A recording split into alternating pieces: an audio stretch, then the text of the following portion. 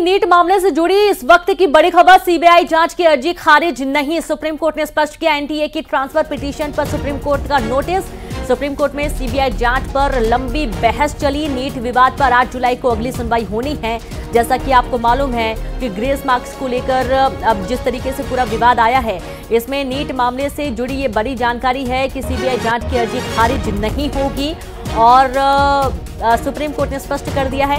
NTA की transfer petition पर supreme court का नोटिस, जहां सुप्रीम कोर्ट में सीबीआई जांच पर लंबी बहस चली। नीट विवाद पर 8 जुलाई को अगली सुनवाई होने वाली है। ये पूरा मामला काफी गरमाया हुआ है क्योंकि ग्रेस मार्क्स जिन स्टूडेंट्स को मिले हैं उन्हें रद्द किए जाने के बाद ये बड़ा विवाद सामने आया है और इसमें दोबारा जो ग्रेस मार्क्स वाले स्टूडेंट्स उनको दोबारा एग्जाम दिए जाने की बात कही जा रही है। और चलिए सीधे रुक करेंगे, दिल्ली से संवाददाता सुशील पांडे जुड़ गए हैं। सुशील, सुप्रीम कोर्ट में बातचीत हुई है, बहस हुई है, क्या कुछ तथ्य सामने आए हैं? जी देखिए, पहली याचिका फिलहाल एनटीए की तरफ से थी, जो ट्रांसफर पिटीशन थी, जिसमें 3 याचिकाएं एनटीए की तरफ से दाखिल की गई थी और ये मांग किया गया था कि डिफरेंट हाई कोर्ट्स में याचिकाएं दाखिल की गई हैं, लिहाजा उन तमाम याचिकाओं को एक साथ क्लब करके ही फिलहाल सुप्रीम कोर्ट एक साथ सुनवाई करे, जिस पर फिलहाल सुप्रीम कोर्ट ने नोटिस जारी कर दिया है तमाम पक्षकारों को और इस पूरे मामले में अब 8 जुलाई को सुनवाई होगी।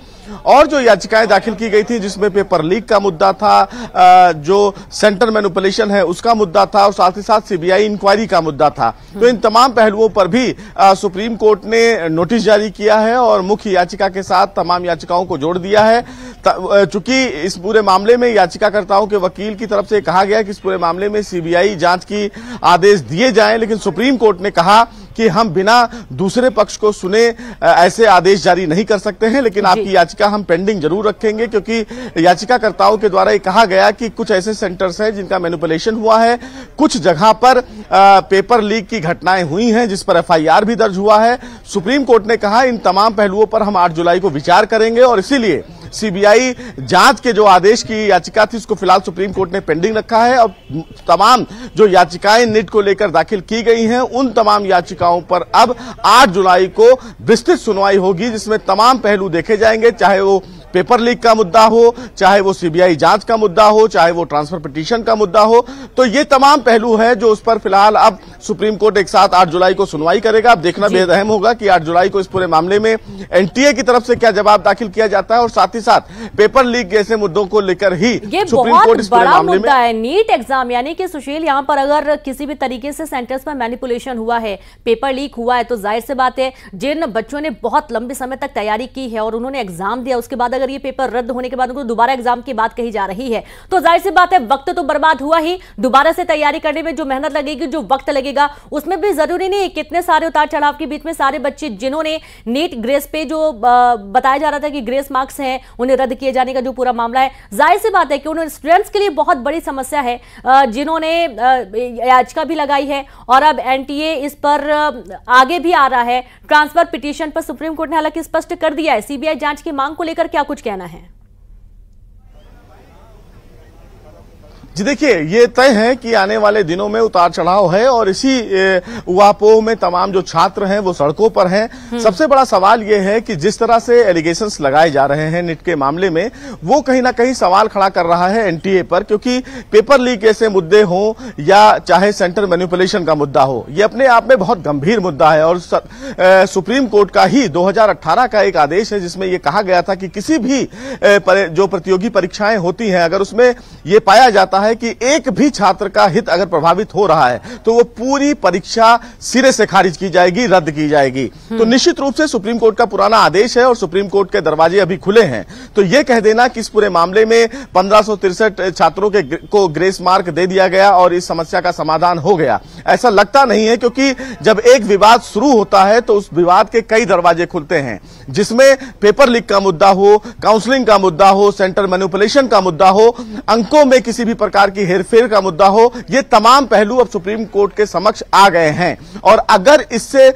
जुड़े तथ्य सुप्रीम कोर्ट के समक्ष रखे जाते हैं तो निश्चित रूप से छात्रों की मुश्किलें और बढ़ेंगी, क्योंकि जब इस पूरे मामले में परीक्षा रद्द करने का आदेश अगर भविष्य में सुप्रीम कोर्ट देता है तो फिर से एनटीए एग्जाम कंडक्ट करवाएगा, सेंटर को मैंडेट करेगा और यह सुनिश्चित करेगा कि इस बार गड़बड़ी ना हो।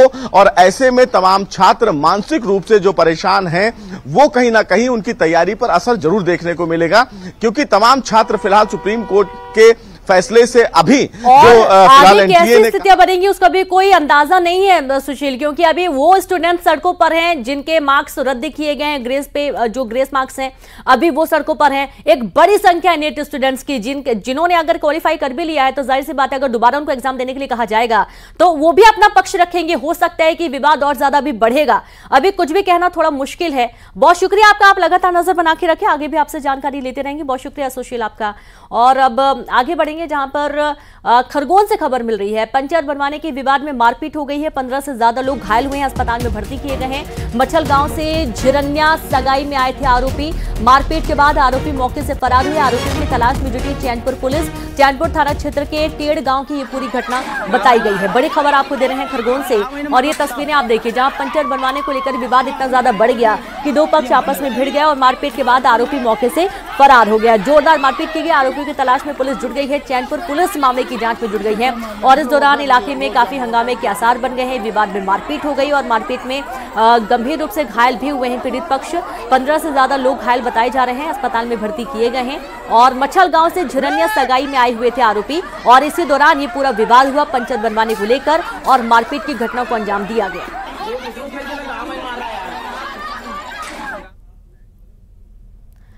टीकमगढ़ में पानी की नहीं होगी किल्लत, सीएम डॉक्टर मोहन यादव ने यूपी के मुख्यमंत्री से बात की। उत्तर प्रदेश से छोड़ा गया नदी का पानी, क्योलारी डैम से छोड़ा गया 0.75 MCM पानी। कल से रोज होगी शहर में पानी की सप्लाई, 3 दिन में एक दिन मिल रहा था पानी, शाम तक नदी का बढ़ जाएगा जल स्तर। और ये देखिए आप लोगों को काफी दिक्कतों का सामना करना पड़ा, लेकिन एक बहुत बड़ी पहल के साथ जब बात की गई, एमपी सीएम ने यूपी सीएम से बात की और पानी देने का आग्रह किया तो इस दौरान उन्होंने हामी भरी और अब उत्तर प्रदेश से छोड़ा गया पानी, जो कि अब क्योलारी डैम से पानी छोड़े जाने के बाद इलाके में टीकमगढ़ के आसपास के इलाकों में अब पानी की जो उपलब्धता है वो भरपूर हो पाएगी। अभी तक 3 दिन में एक बार पानी की सप्लाई हो रही थी, लेकिन अब हर दिन पानी की सप्लाई होगी। लेकिन अभी भी आपसे यही निवेदन है कि जब तक बारिश नहीं होती है तब तक आप पानी उतना ही इस्तेमाल करें जितना आपकी जरूरत है, बेवजह पानी ना बहाएं, क्योंकि गर्मियों के दिनों में हर जगह पानी की बहुत ज्यादा डिमांड बढ़ गई है।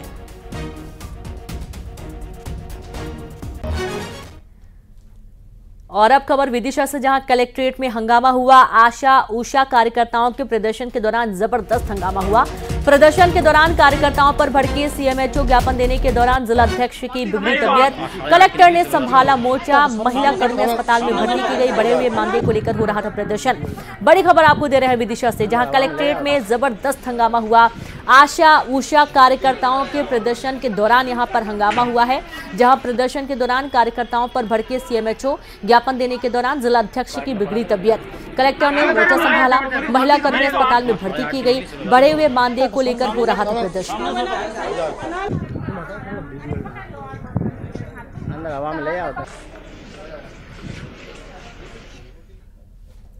और इसी के साथ खबरों में फिलहाल इतना ही। नमस्कार।